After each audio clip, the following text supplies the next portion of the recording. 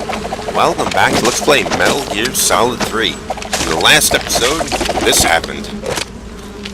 You were lucky. We'll meet again. Snake battled Ocelot over in this weird little area here with Cliff. And then a bunch of bees showed up, and the battle kinda had to be brought to a close. Then Snake jumped in this hole. Doesn't seem like the best idea, but you know, when you got bees on you, you kinda aren't thinking clearly. Let's go bring up the codec.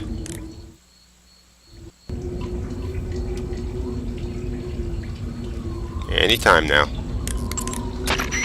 Snake, are you all right? Yeah, just barely. What the hell were all those hornets? Most likely that was the Pain, one of the Cobras. I figured as much. Are they tracking me? I don't know. The Cobras only take orders from the boss.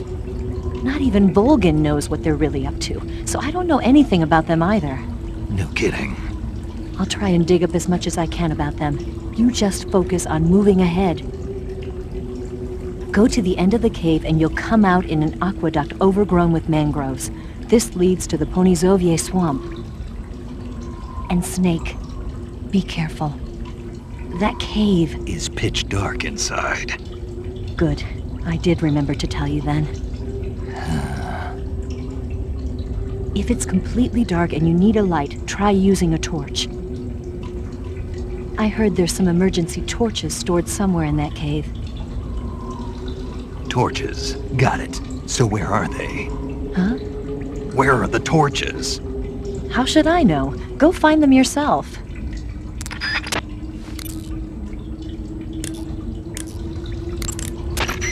Snake, are you okay? Snake! Pager. Snake. Are you all right? You're not hurt? No. That was a hell of a drop, but I'm fine. Looks like there's no way back up, though. I see. Well, anyway, it's good to hear you're not injured. Slipping and falling may not have been part of the plan, but getting into that cave was. Proceed further into the cave. The cave seems to be structured like a maze, but there's an exit somewhere. Find a way out of the cave and head for the aqueduct. All right. But it might take me a while to get through this cave. Are you hurt? No, Is it the enemy? Did they set a trap for you? not that either. Then what is it? It's dark in here. Dark. Yeah, there's no light anywhere. I should have brought a flashlight with me. So what you're saying is that it's going to take you a while because you don't have a flashlight. Right. Snake, if you don't have a flashlight, you should be looking for a substitute. I tell you, American soldiers these days rely too much on ready-made equipment. Here we go again. What was that? Nothing. American soldiers rely too much on ready-made equipment. And not only that, they can't seem to grasp that one piece of equipment can have multiple functions. Back when I was in the SAS, we never had that problem. We were trained to use every piece of equipment in as many ways as possible. If you don't have a flashlight, look for something else. You need to develop flexible, innovative thinking if you want to... Hey, are you listening to me? Yeah, of course I am. First, take a look at what you're carrying with you now. Don't you have anything that can provide you with some light?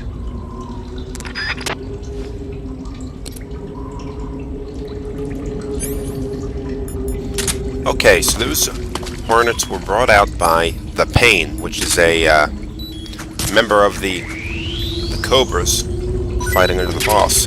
Now, technically they're fighting for Colonel Volgin, but in reality they have their own agenda and nobody really knows what they're thinking, nor why they just did what the hell they did. But the situation we're in right now, Snake is in this cave and it's a real pain in the ass part of the game. This is a part of the game I really never liked because it's kind of hard to find your way around. You can equip Snake's cigar, and it slightly lights up the area. I don't know why he's not using the matches or the lighter or whatever he used to light the cigar, but we're using the cigar as light. But do not adjust the lighting on your monitor or TV or whatever the hell you're watching this on, because it is actually this dark and it's really hard to see what you're doing. Now, there's a bunch of things around here that you can use. Like we had just picked up some ammunition for the AK-47, and then we just pulled filled up that glow cap mushroom. Gotta get some food going.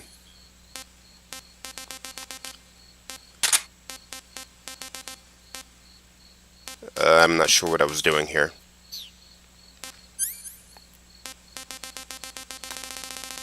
I was probably looking for something that would help me light the area up. But you're going to have to go and find a torch. An actual light-on-fire torch to find your way around here to light the area up. Now, Ava has gone and said that they hid a torch and some emergency supplies in there just in case someone gets lost in the caves. But she wasn't really all that helpful in telling us where it is so we can go and find it. So we're going to have to go and do a little bit of searching around. And that isn't quite so easy because this game doesn't have radar like the earlier MGS games. And you can't see where the hell you're going. So you're going to have to run along with pushing up against the walls a lot to try and find anything. You'd see a little bit better when you're underwater. I'm not sure why that is.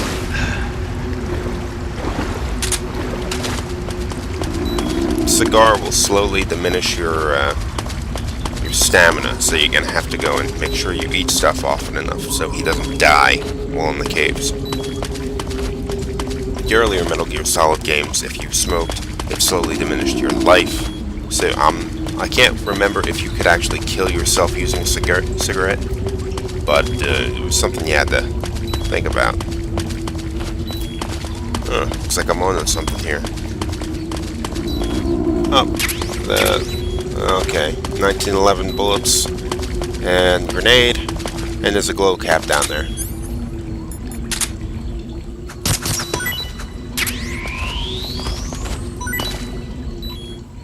Oh, there's a dead guy in here. I guess that's kind of a bad sign. That guy couldn't find his way out. Jeez, what chances do we have? Now, I'm picking up a lot of food in here, and chances are I'm not going to get a chance to eat it all. So a lot of it's going to go bad before Snake can get a chance to have a snack. Am I heading the right direction? I can't tell. Oh, jeez. A few minutes ago during our codec conversation, something that I thought was kind of funny anyway, about how Zero was telling Snake that he has to adapt better to his situation. Here, we found the torch. Let's go equip that. He tells him he has to go and adapt better to his situation. And, you know, in the Metal Gear Solid, the Metal Gear series in general, there's this idea that Big Boss is like the most badass soldier who ever lived. But playing through this game, he's not really regarded in that way. I mean, he's obviously a capable guy, but he's not the ultra badass that everyone thinks of him as being. Not the greatest living soldier who ever lived. And it's kind of this theme with this game, and the same thing goes for Ocelot. Ocelot is regarded as this incredible soldier and this real badass and stuff. Metal Gear Solid, Metal Gear Solid 2. But in this game, he's kind of a punk. But, I mean, people aren't born badass. They have to become it at some point. So that's kind of what we're doing here. Ew. Graphic. I think you got something in your teeth. Oh, there it goes. I wonder if you can eat a snake raw like that. I wouldn't imagine there's a whole lot of meat.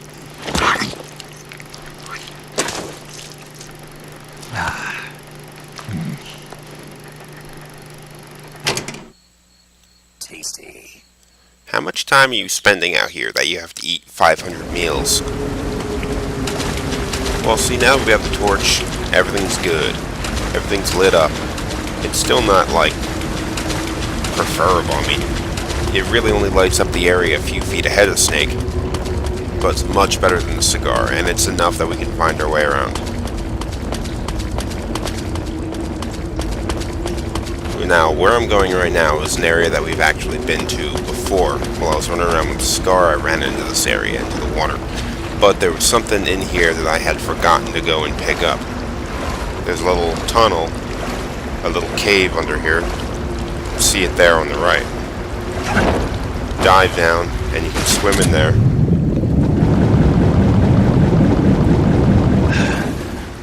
Okay, I did that wrong. See if I can get that right. Oh, I missed it. Well, anyway, this is underground cave that you can climb in there, and there's some extra stuff you can pick up. You don't have to pick up everything, though. All you really needed was a torch to find your way around. See, we're already in here. You can't get up there for some reason, but this is the room that has the dead body in it.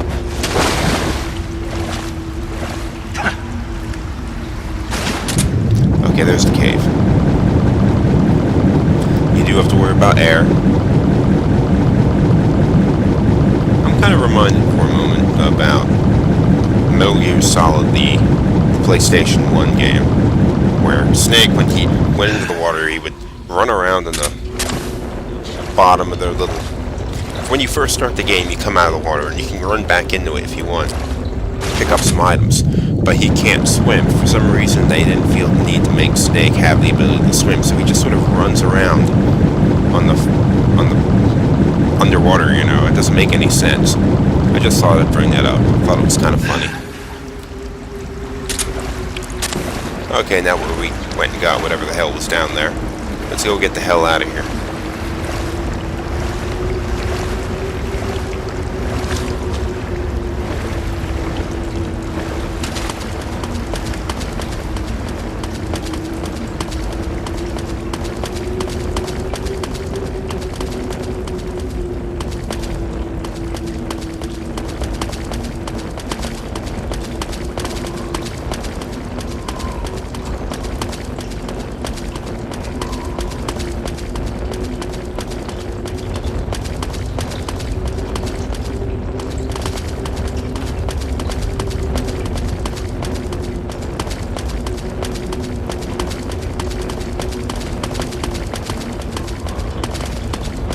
Okay, after running around for an idiot for a few minutes, here's our way out. Can't really see in here. Nope. Frog.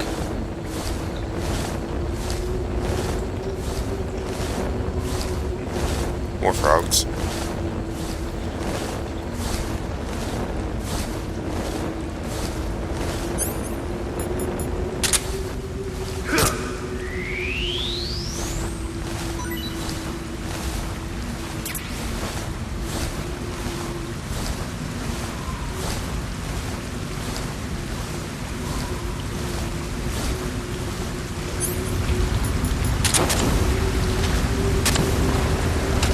Here we go, this is something new.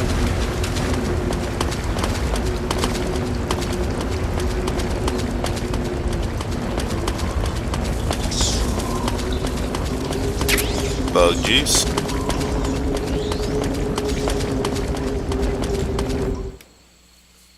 Kinda seems like we're coming up on something now, aren't we?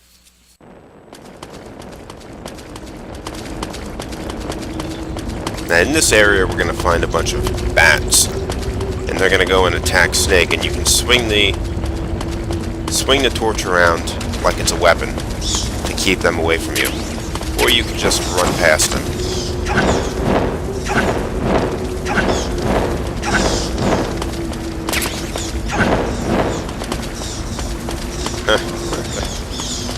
Okay, I think I got everything in here.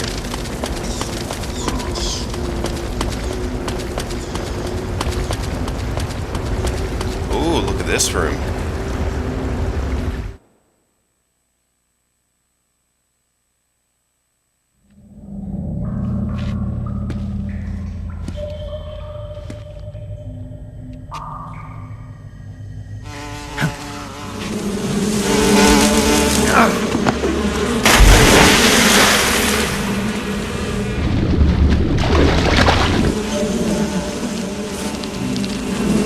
I caught you at last!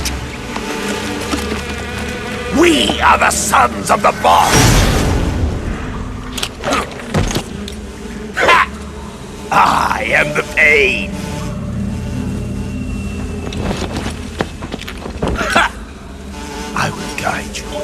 world of anguish beyond your imagination.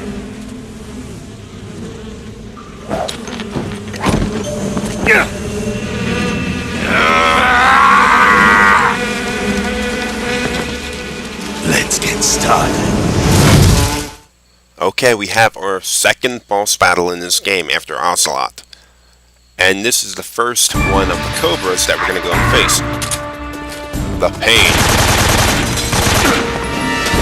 Now, they say that the Cobras are named after the emotions that they carry in the battle. I'm not quite sure if pain is an emotion, or at least not as what I would consider an emotion. But then neither is the end, or that kind of stuff. This battle is just going to be...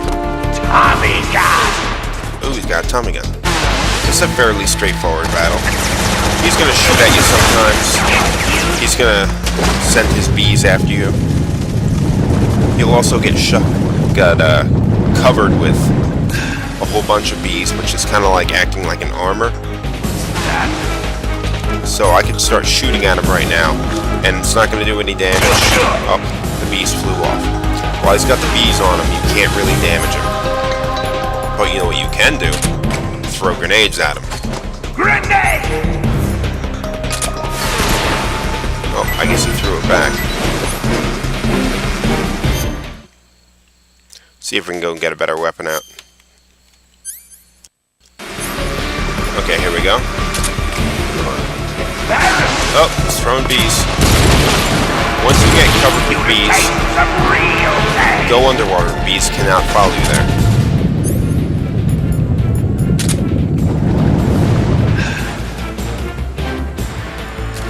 See, check this out. Bulletproof. So, Tucker grenade.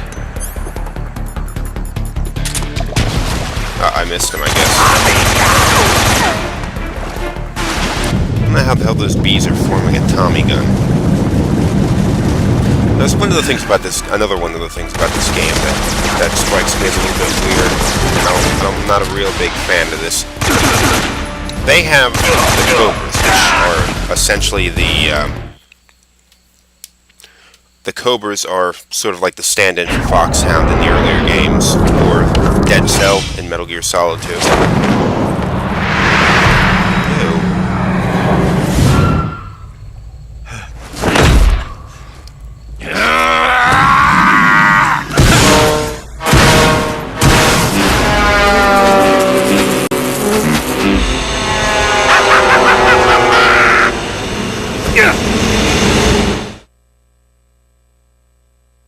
Part 2 of the battle's coming up. As I was saying before, they're kind of like the stand-in for Foxhound, Dead Cell, or Outer Heaven in the earlier Metal Gear games, and they're the bosses. But unfortunately, unlike the earlier Metal Gear Solid games, at least, there's not a whole lot of character revealed about them. It's not like Sniper Wolf or Psycho Mantis or any of those that sort of talk your heads off at the end of your boss battle, and they kind of redeem themselves a little bit. They reveal their motivations, the reasons why they're doing what they're doing, and all that kind of stuff. The Cobras in this game do not do that. They're a little bit more like just mindless villains in this game. Oh, not enough. Metal Gear Solid 2 actually took that concept a little bit further by having some of these boss battles, like bosses, really important parts of the story, like Fortune was, or Vamp was in Metal Gear Solid 2. Even Fat Man, which is maybe the least important boss in the game, was fairly involved in the story. But in this game, I mean, this dude here, once we kill him here, it's the end of it. There's no, there we go, finally got him with a grenade. Once we kill him, it's just gonna be the end of him. I wonder if you can fire an AK-47 while swimming like that. I kinda think it wouldn't be too easy.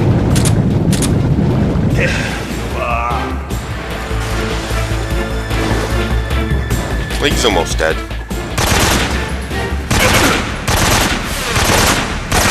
Ah, you bastard. Just making this difficult, aren't you? Come out and play! Go get it! Throw those grenades everywhere. In this game, just like Metal Gear Solid 2, your ability to throw the grenade, the power of your throw is based on how hard you push the button, which is a feature which is not carried in any of the PlayStation emulators that I've used, which is why I had to play this on an actual PlayStation 2 rather than an emulator. This is kind of a break in the action. One of the things I'm not really too fond of in this game is having to go and heal Snake up. If I'm doing this during a boss battle, it kind of breaks the momentum that you've got. It's distracting, I think. Come on. Oh, jeez. It's yellow.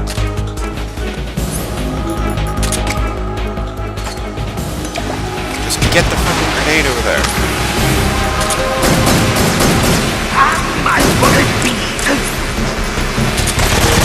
Yeah, there we go. Kind of a sloppy way to finish, but it worked.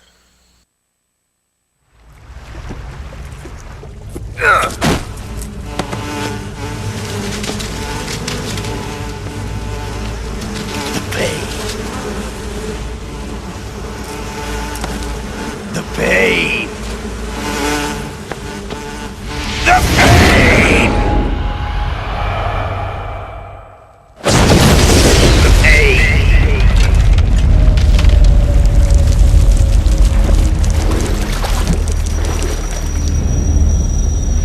He exploded because all of the Cobras have these little micro bombs in their bodies. If they die, they explode so there's no body left. So we don't really have to worry about him talking to us afterwards, I guess, because they kind of go boom. You want to save? Hold on a sec. Snake, have you heard of The Last War? Nope, doesn't ring a bell. It's a Japanese movie where the world ends in a nuclear war. Tensions between East and West reach the breaking point, and before anyone can stop it, they launch the ICBMs. Humanity is wiped out by a war that no one wanted. The movie depicts that destruction from the eyes of ordinary people. Their simple daily lives are torn apart by the terrible power of a war that has nothing to do with them. Everybody's afraid of the next big war, but there's only so much that one person can do. That's why the people who have the power to stop it have to. Well, there we have it. One Cobra is down.